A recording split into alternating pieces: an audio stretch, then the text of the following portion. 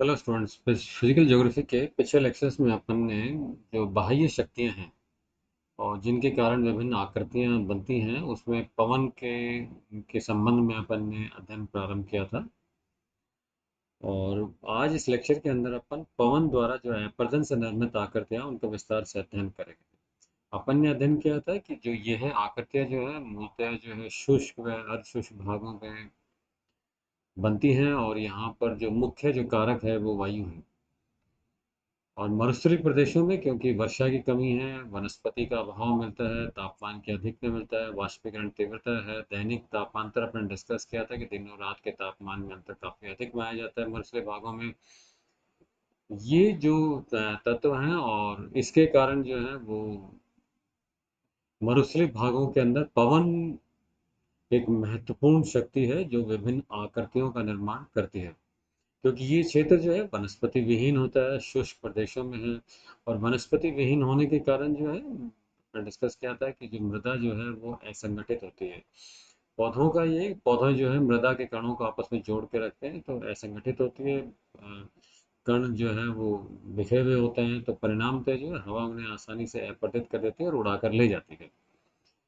और हवा जो है अब इस क्योंकि हवा के अंदर जो उड़ता हुए जो धूल के कण हैं, मिट्टी के कण हैं, वो एक तरीके से रेगमाल का कार्य करते हैं और मार्ग में पड़ने वाली चट्टानों को रगड़ते हैं, खंडित करते हैं और विभिन्न आकृतियों का निर्माण करते हैं। इन मुख्य जो है पतन से निर्मित आकृतियां हैं, इन्हें निम्न वर्गों में विभाजित करते हैं, निम्नलिखित हैं।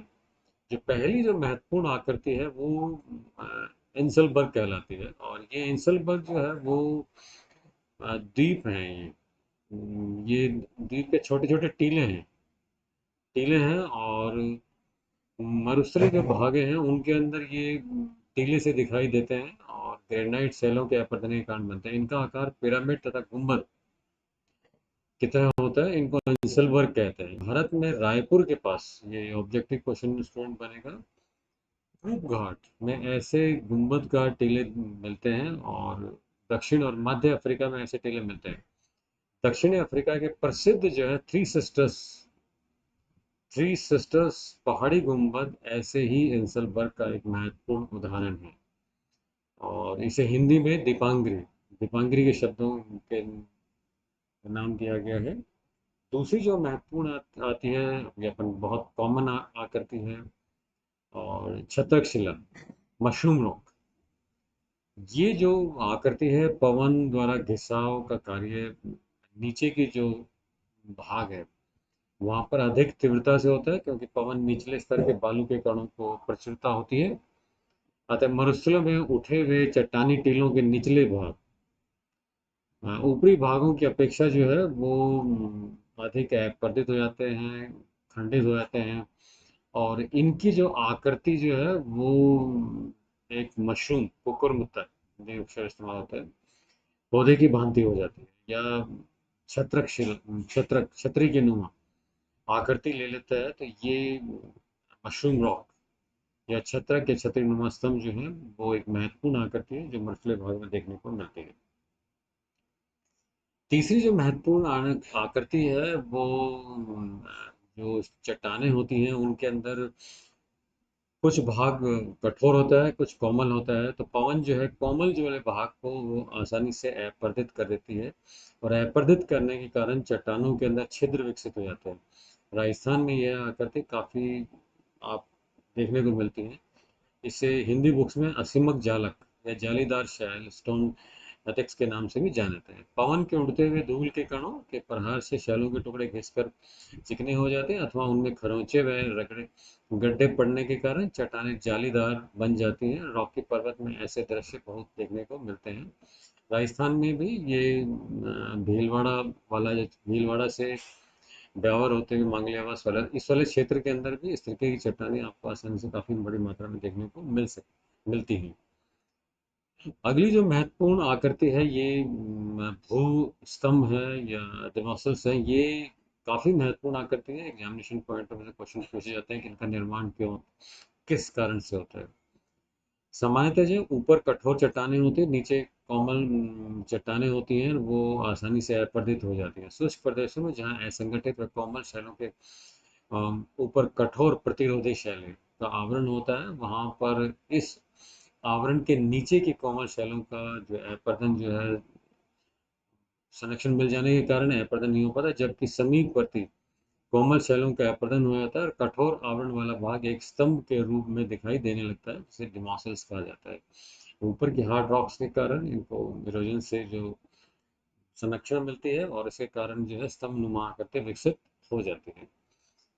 अपरदन से जो दो महत्वपूर्ण आकृति हैं, एक जूगेन और एक यार्डन, इनका सभी प्रकार के एग्जामिनेशन में क्वेश्चंस में बन जाता है, इनमें अंतर बन जाता है, इनकी बनावट में अंतर क्या है, इनकी संरचना किस चट्टानों से हुई है, ये दोनों महत्वपूर्ण आकृति हैं। तो जुगेन जो है वो मरसली भागों में कठोर व कोमल शैलों की परतें एक ऊपर नीचे एक दूसरे के समानांतर होती हैं, they are parallel to each other.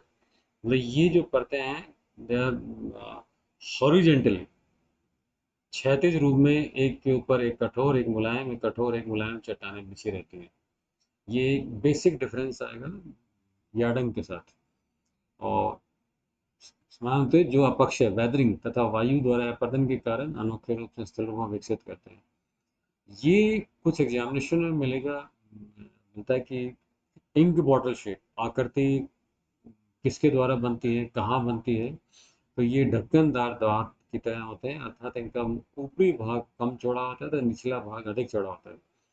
इनकी रचना रात के समय तुषार के कारण ऊपरी चट्टानों के टूटने तथा पवन द्वारा कोमल चट्टानों के अपरदन से होता है। कोमल भाग अपरदित हो जाता है तथा कठोर चट्टानी भाग शेष रह जाता है। और ये एक महत्वपूर्ण आकृति जो है इंक बॉटल शेप आकृति देखने को मिलती है।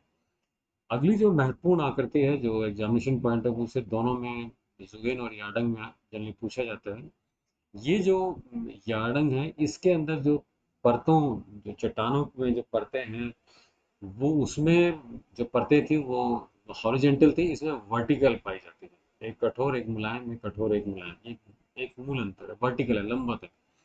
यार्डंग की रचना जुगेन के विपरीत होती है, जब कोमल तथा कठोर चट्टानों की परतें लंबवत vertical, so the basic difference between the zeugen and the yardang, vertical दिशा में मिलती हैं तो पवन कठोर चट्टानों की अपेक्षा मुलायम चट्टानों को शीघ्र अपरदित करके उड़ा ली जाती है और कोमल चट्टानों के अपरदन के बाद कठोर चट्टानों के जो शेष भाग हैं वो रह जाते हैं। इन शैलों को किनारों पर पवन द्वारा कटाव की गहरी खरोंचे नालियों के रूप में बन जाती हैं, इनके बीच में कॉरिडोर्स डेवलप हो जाते हैं, नालियां बन विकसित हो जाती हैं, बने इन्हें यार्डन कहा जाता है। ये प्राय पवन की दिशा के समानांतर रूप से मिलते हैं, the parallel to the direction of the wind, पवन की दिशा इसी रूप में। तो ये कब जो भाग है ये अपरदित होने के कारण जो है वो बीच में मार्ग बन जाते हैं।